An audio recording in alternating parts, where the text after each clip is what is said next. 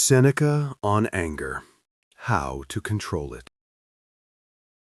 Anger, that fiery, tempestuous emotion that can surge through us, clouding judgment and leaving a trail of regret, has been a subject of human inquiry for millennia.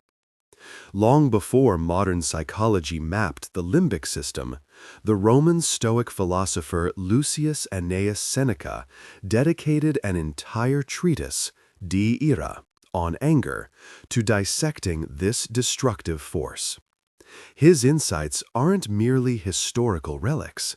They offer a profound, practical toolkit for anyone seeking mastery over their inner life. The Stoic verdict: anger is never rational. Seneca's most radical assertion is that anger is not a momentary lapse or a necessary evil.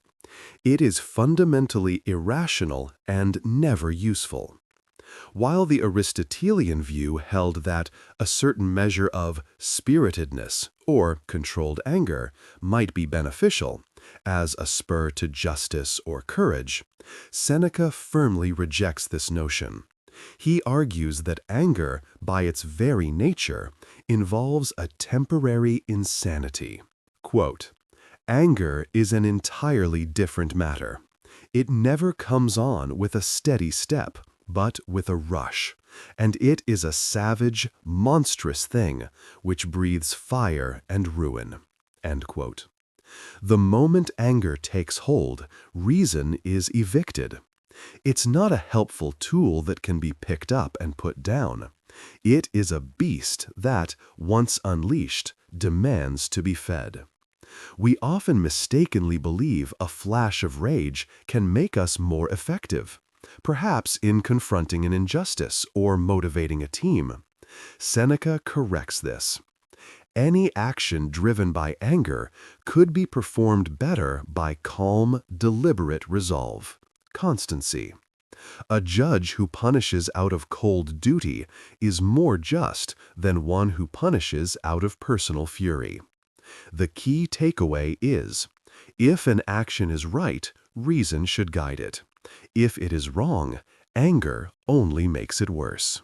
Understanding the anatomy of an outburst.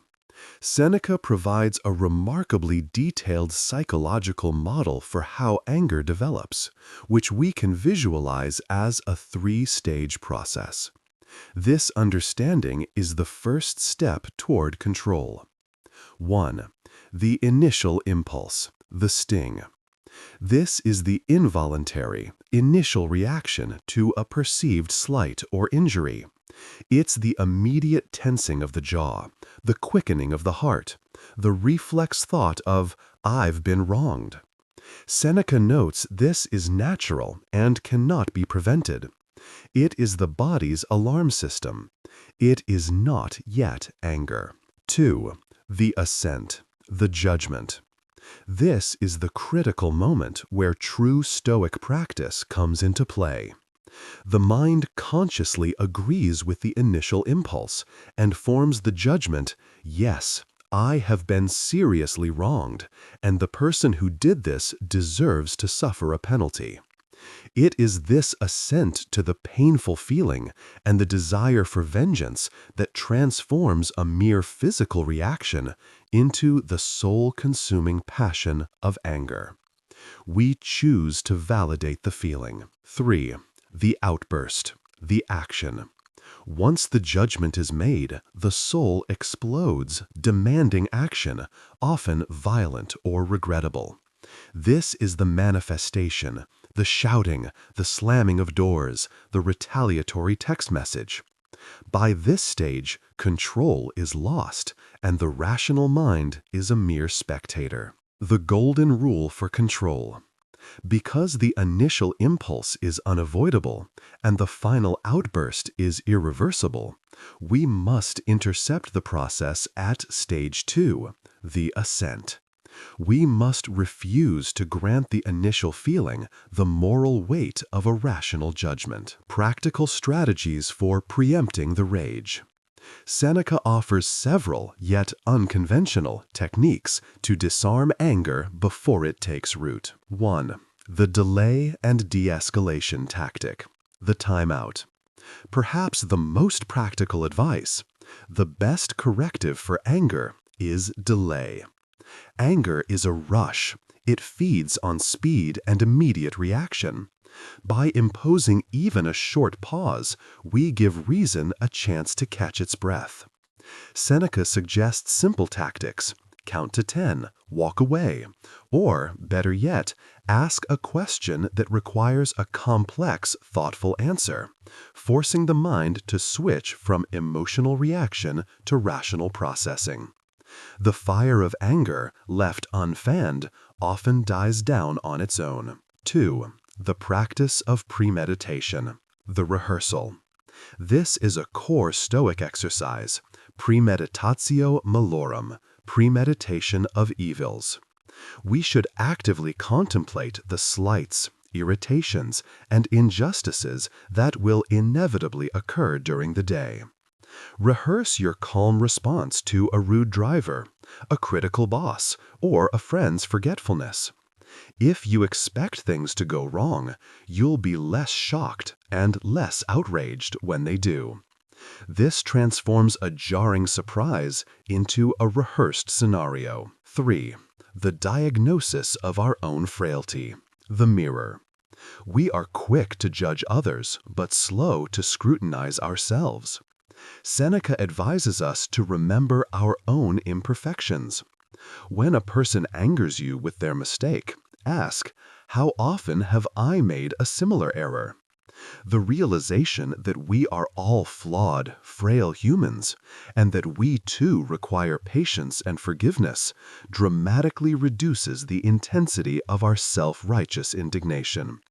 Anger often stems from an arrogant expectation of perfection in others. 4. The change of scene, the distraction. When anger is already bubbling up, physically changing your environment can halt the momentum. Seneca was not talking about a quick breath. He meant a true break, a long walk, a period of silent contemplation, or immersing oneself in a completely different task. This breaks the associative loop in the mind that is fueling the rage. Seneca's ultimate prescription, cultivating a mindset of peace. Ultimately, controlling anger is not about managing a temper tantrum. It is about building a virtuous inner citadel. Seneca argues that a person who is habitually angry has a fundamental fault in their philosophy of life. They believe that the world owes them comfort, justice, and convenience. True, lasting freedom from anger comes from accepting the world as it is, not as we wish it to be.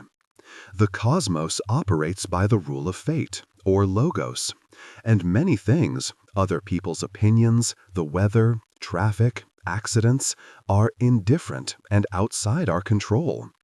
By training our desires and expectations to only focus on what is truly ours, our judgments, our intentions, and our responses, we remove the fertile ground where anger takes root. A person who expects others to be flawed, expects life to be unfair, and expects things to go wrong, is the least likely to be disappointed, and therefore the least likely to be angered. Seneca's final word is a profound encouragement. Control over anger is the highest form of self-mastery. It is the signature of a soul that is strong, not weak, and a mind that is truly free.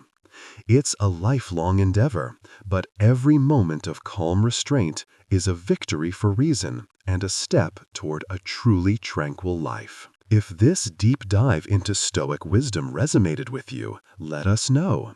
Drop a comment below sharing your favorite Seneca quote or a personal strategy you use to keep the fiery beast at bay.